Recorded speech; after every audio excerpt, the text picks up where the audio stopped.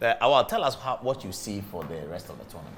Well, I think it's quite unfortunate we're out, and then we have ourselves to blame. There's the World Cup qualification to be played in March. Fortunately, we have another AFCON coming on in 2023. You know, this one was supposed to be played last year. So it's an emergency tournament which was shifted to January 2022. But we do have a game in March. Yeah, we have a game in March. The draw for that qualification will be coming on around 26th of this month. So we will see our opponents, whether we can make it to the World Cup. But I think we need to take a second look at our call-ups. The way we used to do our things, they are not normal. Our grassroots football is on its knees. Our club football is totally out of shambles. We can't even make it to the group stages of the African Cup, of the Champions League and the Confederations. It's too difficult. In last decade, we have only 4 group stage qualifications. Group Bekum Chelsea in 2012. Meanwhile, the clubs that we used to contend with, Zamalek, we used to beat them. They are now giving us a huge gap. To do that, yeah. Huge gap. And when Hearts of Folk was played and they got beaten 4-0 outside Accra, in Morocco or Tunisia, was it? Yeah, in Algeria. You are talking about this recent one? Yeah, this recent one. Kotoko people were celebrating. I told them that both Hearts and Kotoko, they can't stand any African Cup serious tournament. You see, because the football has changed. We need to put more in and get there. We don't even have football camps. Adom-Otchere, is it ready now? No, they are still doing it. Is it ready now? they are still doing it. Well, I mean, Kibiman. Yes, Kibiman. That's the basic one. You have to have that and have players who are coming out of the academicals, so their brains are trained and then they can compete effectively. Dr. Tamaklo talked about the age situation.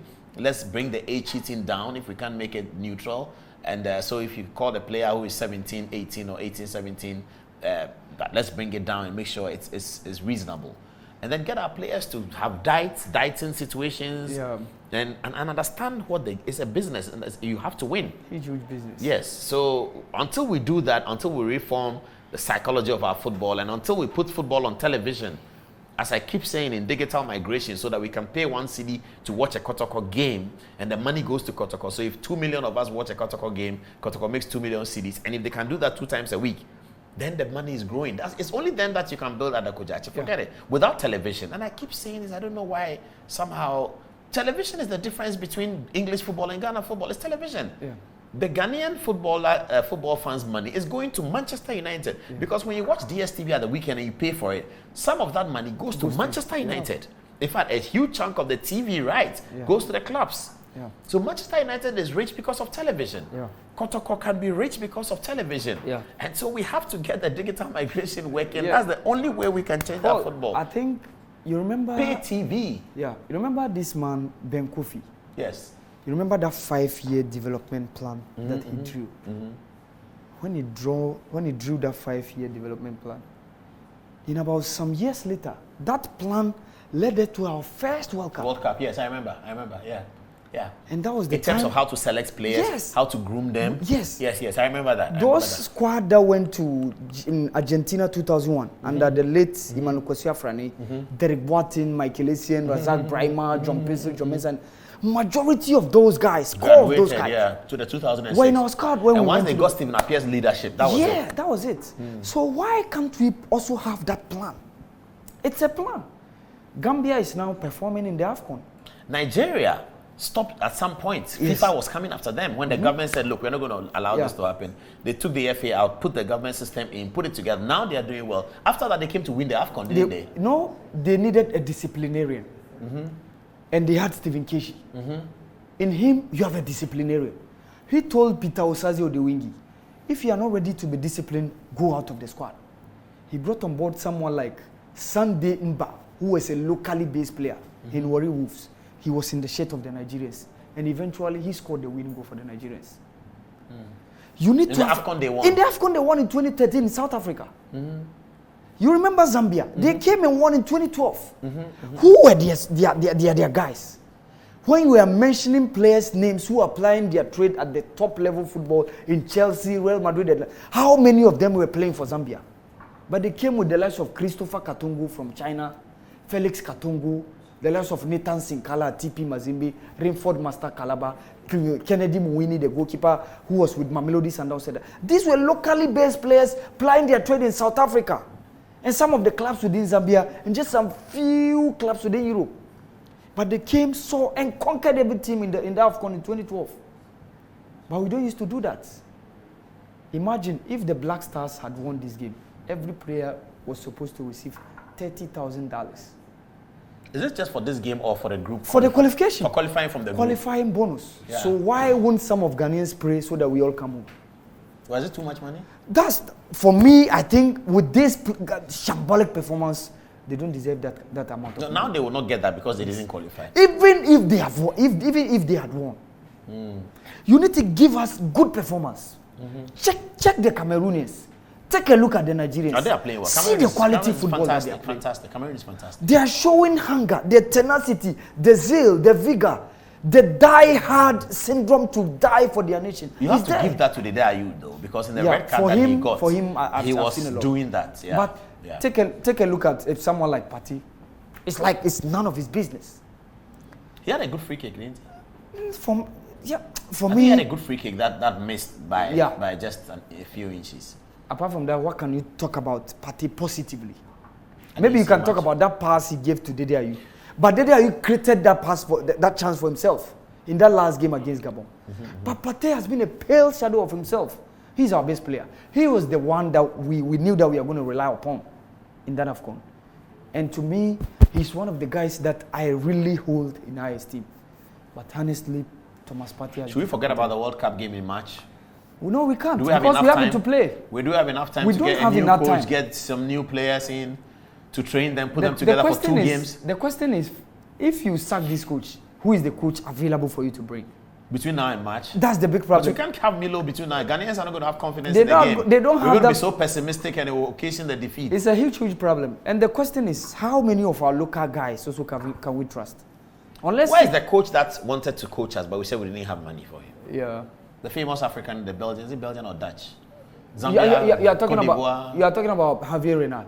Renan. Javier Renan is now with Saudi Arabia. And preparing them for the World Cup. Yeah, he's been Have they paid. qualified for the World Cup? No, they are still playing the qualifications. Yeah, but apparently he wanted $100,000 a month. Can we pay? It's a big problem. Well, it depends on what we are paying Coach for. Milo was receiving 35,000 euros under Kwesi Nyantakyi. He's now receiving $30,000. A reduction. He dropped it, yeah. Yes, it's reduction. Because for 2 years he was jobless, he was doing nothing virtually. So if Ghana, a nation that he's coached before, and like Mr. Nyauta Makolo said, he left us unceremoniously. After he did well at the World Cup in 2010 in South Africa, he decided to leave us. Where we had wanted, at that point, we knew that we have confidence in him. Going forward, he's a guy that we can trust. He left us, and we brought on board his compatriot Goran Stevanovic. Goran Stevanovic came on board. We were in the semi-finals in AFCON in 2012 in Gabon, Guinea Equatorial. Unfortunately, we lost to the eventual champions Gabon. And quite apart from that, from 1982 up to date, it's 40 years. Apparently, you have 20 tournaments, AFCON tournaments. Ghana have not won a single. We've been to the finals twice. Only from 1982 up to date, Yeah, we 3 to the finals occasions. twice, Three yes. occasions. 3 occasions, Three yes. occasions. 92, 2010, and then 2005. And at the time that we were having 4 titles, Cameroon was having none. None. Egypt was having 2. Egypt was having 2. And now Now Egypt Egypt have has 7. 7. Cameroon is having 5. Nigeria Wow, is 3. that's painful. Probably if If Nigeria Nigeria wins, win, they've cancelled our record out. we are They've equaled at starting 4. 4-4. And this is the tournament that... For a long time when we were growing up, we used to call the Black Stars the 4-time Africa Lords. Yes. We had the record. Yes. No one had won it 4 times. Yes. And this is our stage. We've stooped so low. To me, I now take a look at the Black Stars. I compare them to the likes of Congo, Brazzaville, those Minos. No, if you are beaten by Comoros, Congo is better than Yeah. you. Yeah, Congo We is better. play in Gabon and we decided to sit back for them to attack us. This is not Ghana that we knew. Never. Even if we're going to lose, we play our free-flowing football, our champagne football that everybody knew us We about. lose on hard luck and Yes. things like that. Yeah, but we don't Take lose. a look at We don't our- get browbeaten by Comoros. Yes, take a look at our first game at the World Cup against Italy. Against, yeah, we lost. We 2-0. lost, but we gave our Oh, no, all. we went You out saw that we very played excited. very well. We went out very excited. Very, very excited. Lothar Matthäus was in the stadium with us in Germany. Yeah. And he said to us that Ghana is the team that can win the World Cup, but does not believe that they can win. We had been beaten 2-0 by the Italians. He watched the game and said, you people, you can win the World Cup. You just don't believe that you can win it. Once you believe that you can win it, from what I've seen, you will win this World Cup. If you just believe that you can win it. This is the Ghana that we knew. And we took that belief to the second game, played the Czech Republic, second best in the world at the time, and we beat them 2-0. It was a match that we should have won about 3 or 4. Yeah. We could have beaten the Italians. Yes. As Matthias said, if we had believed that we can beat them. Yes. And the second Italian goal was just a mistake by Samiko. You know, one thing that I like about Kwesi Appiah was his scouting system network. He could scout for good players. There were a lot of players that we never knew. Who was Christian Achu before Kwesi Appiah? Yeah, Christian Achu turned out to be a very good player. Mubarak Wakasu has had the opportunity of playing the under-17 under coach David Duncan in 2005 with the likes of David Telfa, George Appiah, the likes of Sadat Bukhari, Jerry Akamenku, Jonathan Kote and the likes. But it was Kwesi Appiah who brought him to the Black Stars. Who was Abdul Majid Waris before Kwesi Appiah? And there are a lot of people or players that you can talk about that Kwesi Appiah brought on board for the Black Stars. All of a sudden, this new FA came and took over. Never. We are not seeing any scouting network. And there was a player who was being called some months ago. He said he never expected that call-up. He's played in Germany. I think the Division 2 or so in Germany. And we have quality players who are playing abroad, but we don't use to scout. Let me tell you right now, if you go to Poland, the best right fullback in the Polish league is a Ghanaian. Oh, I see. Yeah, Najib Yakubu.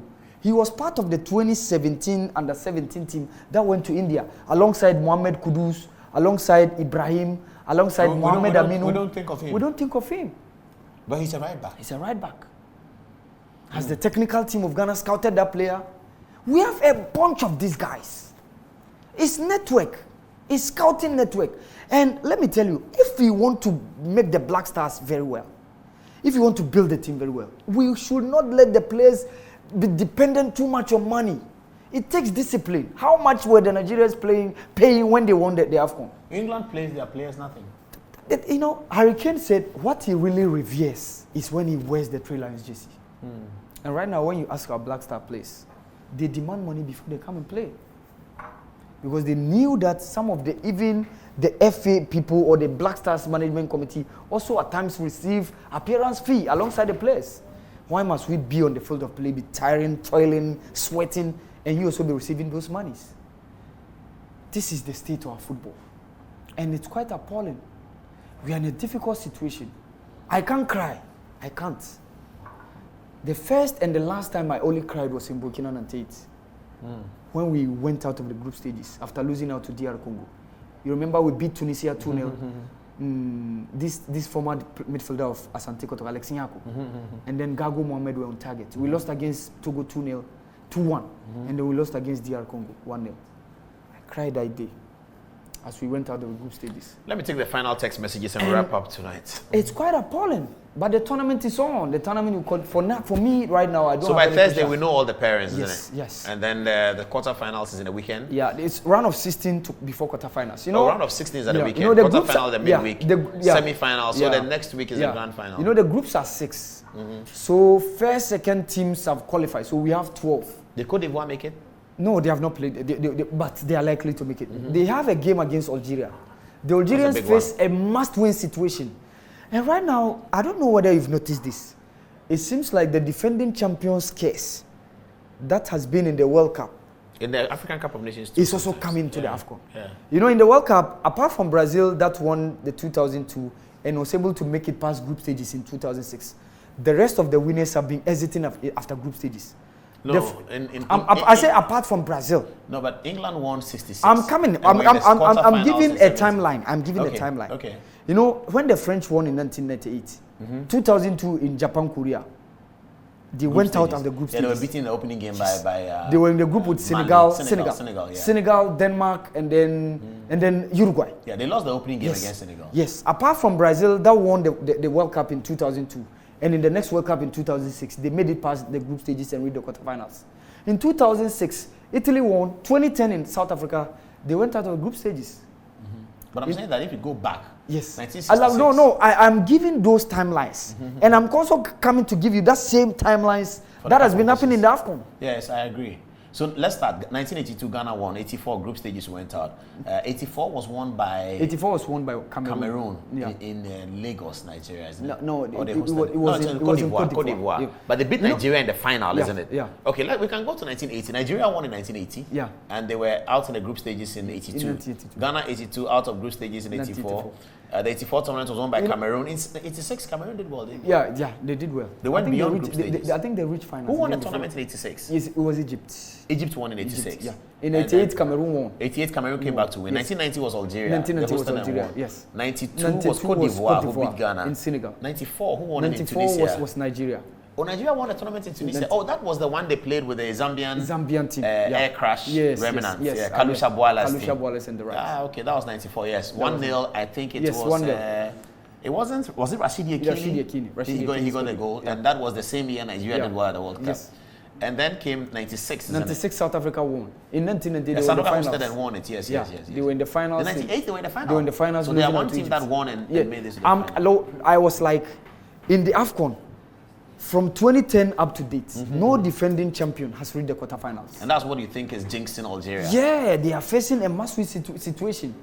And it's like, it's not that they are not playing well. They are playing well. They're creating a lot of chances, but they are not lucky. I think that's the problem.